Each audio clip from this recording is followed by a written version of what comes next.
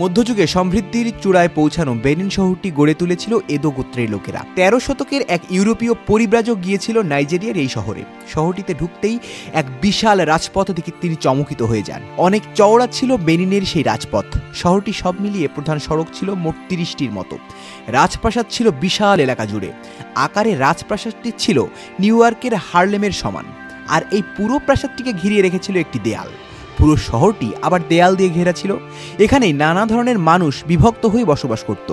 তাদের চারিপাশেও আবার বিভিন্ন দেয়াল দিয়ে ঘেরা, অর্থাৎ বুঝতে পারছেন পুরো এলাকাটি বিভিন্ন দেয়াল দিয়ে ভাগ করা ছিল বিভিন্ন এলাকা। এই এলাকাগুলো আবার পরস্পরের সঙ্গে যুক্ত, কাজেই পুরোটা মিলে একটাই দেয়াল এঁকে বেঁকে পুরো বেনিনকে ঘিরে ছিল। সব মিলিয়ে এই দেয়াল প্রায় 6500 বর্গ কিলোমিটার ছড়িয়েছিল। মোট দৈর্ঘ্য ছিল 16,000 কিলোমিটার। 1974 সালে গিনেস ওয়ার্ল্ড বুক রেকর্ডে এটিকে যান্ত্রিক যুগের আগে নির্মিত সবথেকে বড় মাটির কাজ হিসেবে স্বীকৃতি দেওয়া হয়। হেরি রাউজানের নেতৃত্বে ব্রিটিশরা বেনিন আক্রমণ করে একদম ধ্বংস করে দেয়। পৃথিবীর বিভিন্ন প্রান্তে বিভিন্ন সভ্যতা কখনো কখনো মাথা চাড়া দিয়ে উঠেছে। তাদের বিস্তৃতিকাল শেষ করে কালের গহ্বরে সময়ের নিয়মেই কোথায় যেন হারিয়ে গেছে। আধুনিক মানুষ মাটি খুঁড়ে তার কঙ্কালসার দেহটিকেই আবিষ্কার করতে পেরেছে, কিন্তু সেই সভ্যতার নাগাল মানুষ কখনোই পাবে না। মানুষের ইতিহাস মূলত পুরাপ্রস্তর যুগ থেকে শুরু। সৃষ্টির সেরা জীব মানুষ এই পৃথিবীকে এগিয়ে নিয়ে যাচ্ছে অনেক বছর আগে থেকেই। এই বিশ্ব এখনো পর্যন্ত পাড়ি দিয়েছে 4টি বরফ যুগ এবং 4টি অন্তবরফ যুগ। প্রতি যুগেই উষ্ণ অঞ্চলে টিকে থাকা প্রাণীদের দেহের আকৃতি কিছুটা পরিবর্তন দেখা গিয়েছে। এই আকৃতির অন্য সব প্রাণীর মতোই মানুষের ক্ষেত্রেও ঘটেছে। প্রায় 10 লাখ বছর আগের বরফ যুগের প্রথম পর্যায়ে জাভা মানব বা পিঙ্কি মানবের বসবাস ছিল। নিয়ান্ডারথাল মানবদের কঙ্কাল পাওয়া গেছে পৃথিবীর বিভিন্ন জায়গায়। 10 লাখ বছরের বিবর্তনে আজ দাঁড়িয়ে আছে আজকের এই মানব সভ্যতা। কালের বিবর্তনের ধারায় হারিয়ে গেছে অনেক সভ্যতা, আবার নতুন সভ্যতা বিভিন্ন জায়গায় মাথা চাড়া দিয়ে উঠেছে।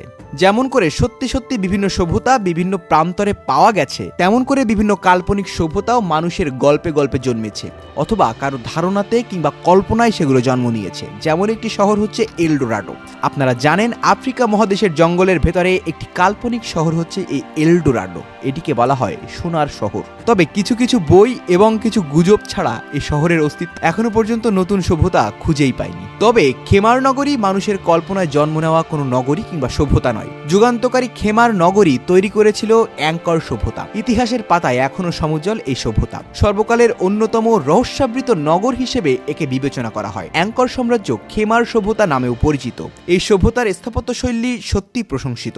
এই সাম্রাজ্যের কেন্দ্রীয় প্রাসাদে গোলন্দাজদের তৈরি ইস্পাত নির্মিত টাওয়ার এবং খোদাইকৃত অসাধারণ শিল্পাকার্যের ইমারতগুলো সত্যি মানুষকে তাক লাগিয়ে দেয়। এক শক্তিশালী সাম্রাজ্যের স্মৃতিচিহ্ন বয়ে বেড়াচ্ছে এই খেমার নগরী। খেমার সভ্যতার গোড়াপত্তন কোথা থেকে হয়েছিল তা নিয়ে বহু বিতর্ক আছে। তবে বেশিরভাগ বিশ্লেষক একমত হয়েছেন যে কম্বোডিয়ার প্রাচীন রাজারা খেমার নগরী নির্মাণ করেছিল। খ্রিস্টপূর্ব 500 অব্দের দিকে এই সভ্যতা ভিয়েতনাম, থাইল্যান্ড ও লাওসে বিস্তৃতি লাভ করে। অ্যাঙ্কর সংস্কৃত শব্দ, যার অর্থ শহর। এই স্থাপত্যশৈলীর জন্যই এই সভ্যতা অমরত্ব লাভ করেছে। যে সভ্যতাগুলো মানব ইতিহাসে প্রথম যোগাযোগ তৈরিকারী সভ্যতা হিসেবে বিবেচনা করা হয়, খেমার নগরী তাদের মধ্যে অন্যতম। স্থল যোগাযোগের সবথেকে বড় সমস্যা ছিল নদী অথবা খাল।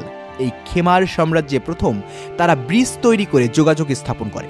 এখানে বলাই বাহুল্য আগেকার ব্রিজগুলো অথবা সেতুগুলো এখনকার ব্রিজের মতো ছিল না, অর্থাৎ কংক্রিট তৈরি ছিল না। অন্য কোনো ধাতু, কাঠ অথবা অন্য কোনো পদার্থ দিয়ে তারা প্রথম তৈরি করেছিল সেতু। তবে কালের নিয়মে সময়ের গহ্বরে হারিয়ে গেছে এই সভ্যতাটিও। আধুনিক সভ্যতার মানুষ মাটি খুঁড়ে হয়তোবা তার কঙ্কালসার দেহটিকে আবিষ্কার করে তার অস্তিত্বের কথা কল্পনাই করেছে মাত্র। বিষয় বিচিত্রার আজকের পর্ব এই পর্যন্তই। নতুন কোনো বিস্ময়কর, অদ্ভুত, রোমাঞ্চকর তথ্য নিয়ে আবারও হাজির হবে টিম বিষয় বিচিত্রা। সেই পর্যন্ত সাবস্ক্রাইব করে আমাদের সঙ্গেই থাকুন।